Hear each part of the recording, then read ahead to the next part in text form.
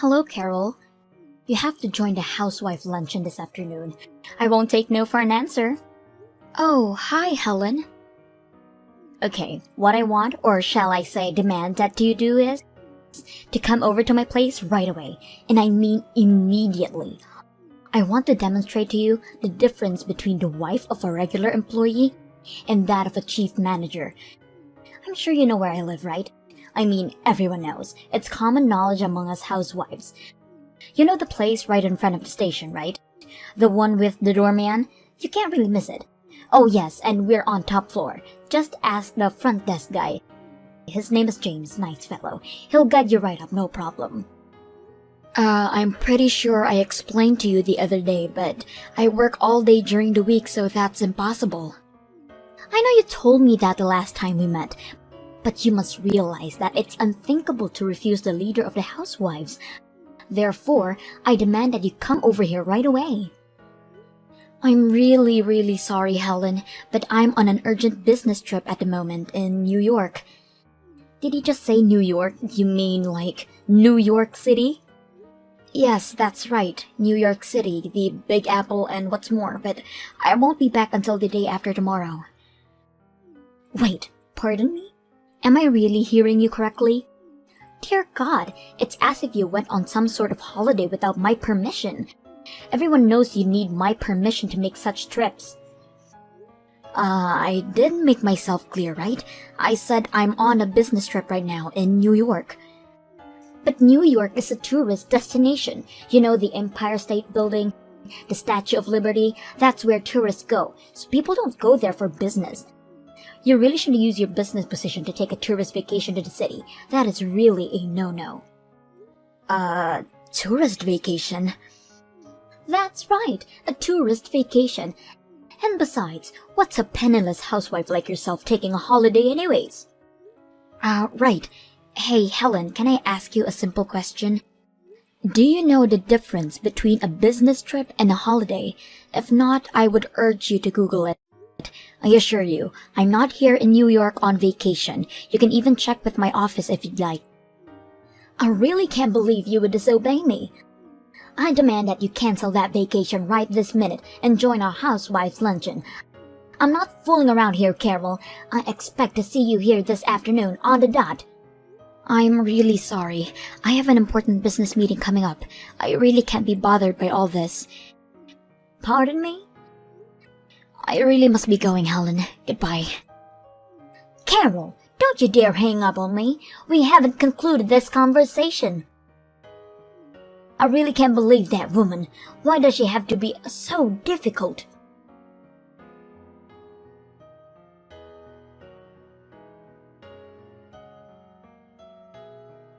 Hello, Carol. A few days ago, you said that you work during the week, so you're not able to attend the housewives' luncheon, isn't that right? So I thought what you said and I decided to hold it on Saturday. What do you say? This Saturday? Well, I have to work in the morning, but I'm available in the afternoon. Oh, well, that's a bit of surprise. You seem quite compliant. I may be not able to attend every single luncheon, and I really don't want to keep refusing. It would not be fair to you, so I think I can make time to attend this Saturday.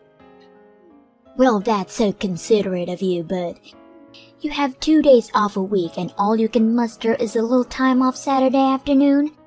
I can understand that you have work and all, but I suppose you don't have much money and you need to work as much as you can provide for your family.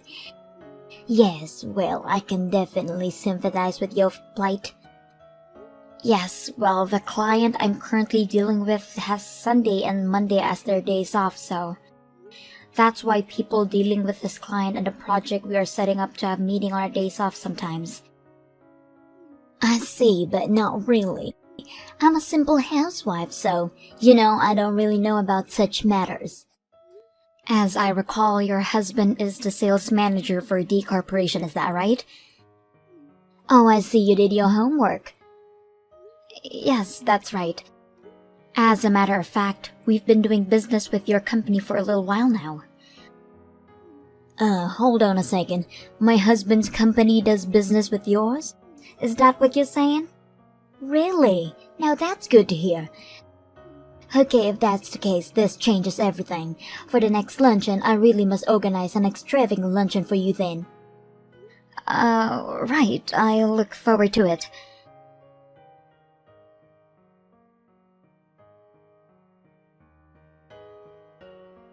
Hey, Carol, good morning. I take it you're headed over here now, am I right? Oh, hello, Helen. Yes, I just finished work, so I should be able to arrive there right about noon. Well, that's good to hear. I've prepared something special, so I hope you get here soon. This is going to be a wonderful luncheon.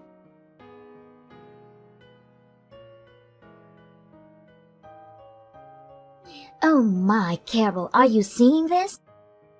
I can't believe that you suddenly left just because I accidentally spilled coffee on you. And anyhow, the coffee wasn't that hot. It's not as if you got burned or anything. Why are you so upset over a simple mistake? You're so touchy. I don't care what the temperature of the coffee was. What I'm pissed off about is you splashed that cup of coffee right in my face. That was no accident and everyone knows it. Still, it wasn't a big deal. You're overreacting way too much. Let's take a deep breath and talk like normal folks, why don't we?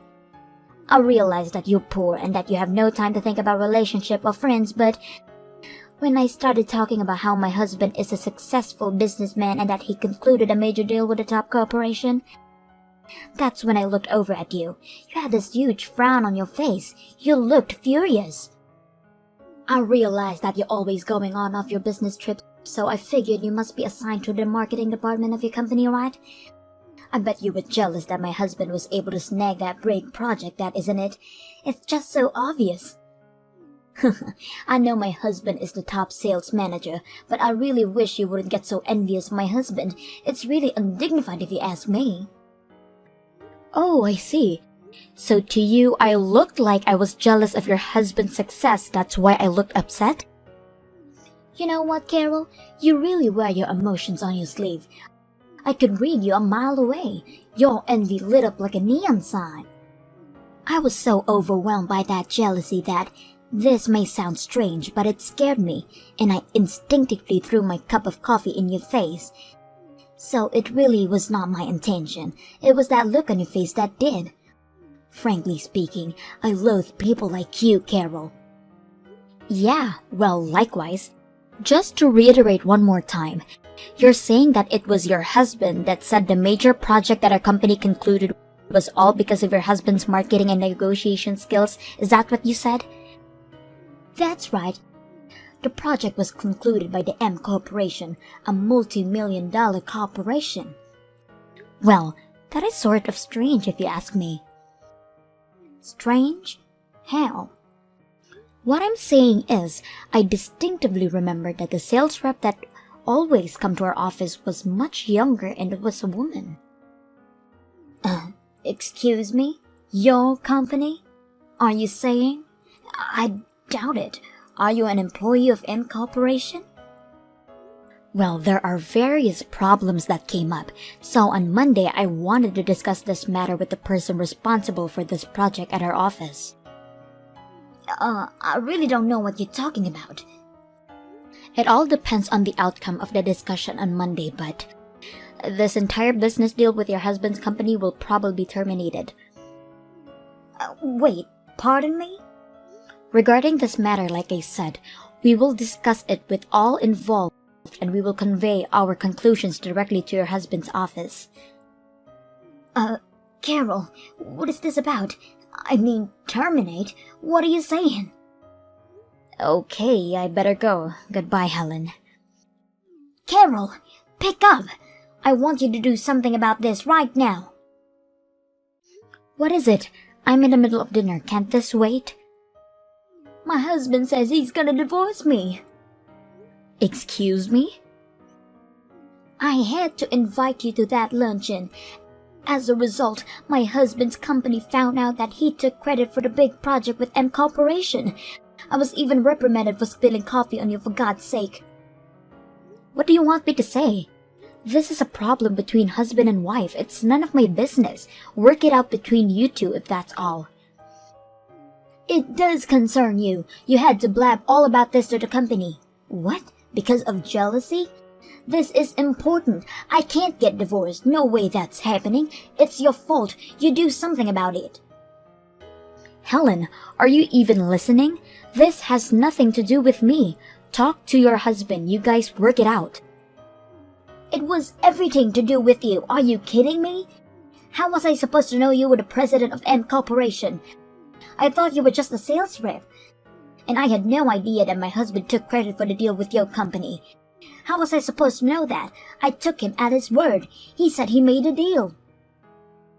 Well, even if you didn't know anything about this, the fact remains that your husband took credit for the deal and was set to get promoted.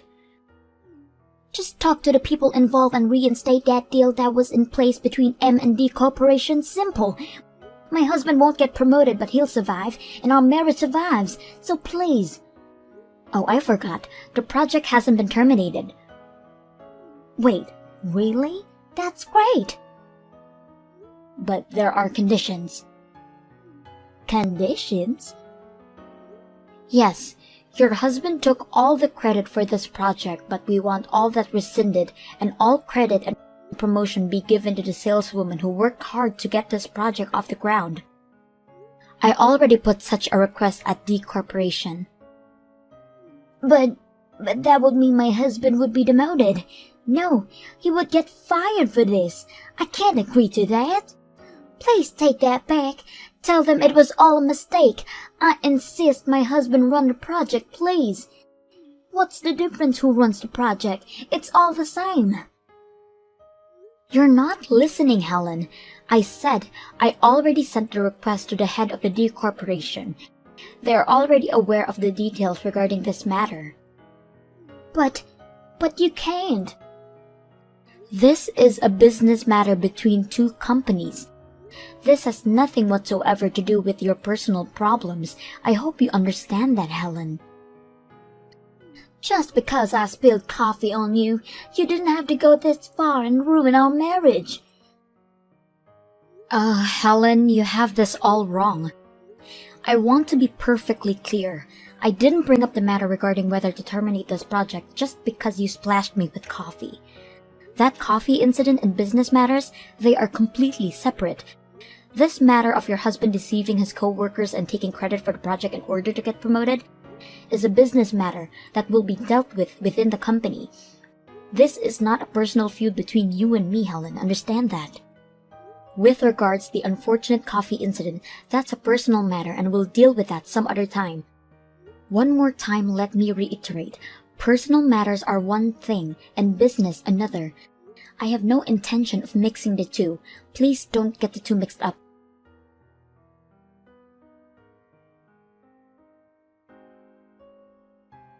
Carol, what is this? You're asking me to pay damages? Why me? What is this? Some kind of sick joke? Good evening, Helen. Did you know that intentionally splashing hot coffee on someone is a crime? It is considered assault. Hold on a second. What are you saying, Carol? Oh, and all that trash talk about me, that I'm some penniless housewife, that I eat cheap junk food? You also spread all kinds of lies about how I was heavily in debt and I borrowed money from shady loan sharks. Oh, and here's the best one, that all my business trips are actually rendezvous with a boyfriend. Apparently, I was having an affair. Seems you were spreading such lies to all the other housewives and who probably spread it to their friends. I'm sure a lot of them believed, and to be honest, it is emotionally quite distressing, not only to me but to my husband and kids. That's what the damages are for. This is going way too far, Carol. How am I supposed to pay for this? My husband will divorce me. I'm in no position to pay such a thing. Getting divorced is more than enough of a penalty. Do you want to make me suffer? Helen, I told you I would take care of personal matters separately, right? Like I said 100 times, person matters are one thing and business another. If you don't agree to pay the compensation, my only remaining choice is to press charges. I can't believe you, Carol. You're living in that tiny apartment, but in actuality you're a company president? What the hell is this all about? If I had known, I would never have made such a silly mistake. I think you got this whole thing mixed up, Helen. If you're talking about that little apartment near my daughter's kindergarten, I bought that place to use as an office. You know, to do remote work when I didn't have time. Excuse me? Remote work? Yes, our company incorporated a system where employees could work remotely. But I didn't want to work at home, so I bought this place near my daughter's kindergarten. It was just more convenient. Our home is way over on the west side, in the Hillsdale neighborhood. Hillsdale? That expensive neighborhood near the golf course? Can we finish up here? I really have a lot to do today. Pardon me? I would rather that we communicate through my lawyer going forward. I really must get going. Goodbye, Helen. Wait, don't go yet. We need to talk about this. To be honest, my husband is also demanding that I pay compensation to him. Please, I beg of you, please don't make me suffer even more. Carol! Carol, are you there? Please answer me.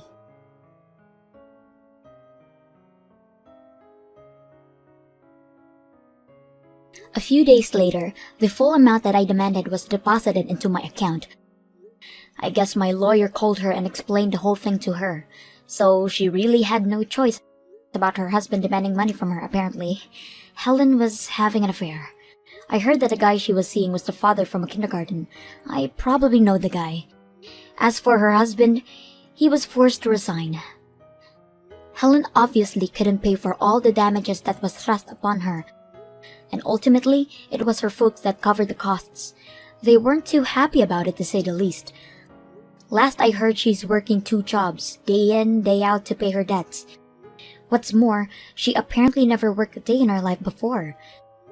I later heard from one of the housewives that she received a line message from her complaining about the long and hard day she has to work. She was evidently sending all the housewives such messages on a regular basis. They got so tired of it that they blocked her from their line apps. Must have been quite an onslaught of messages.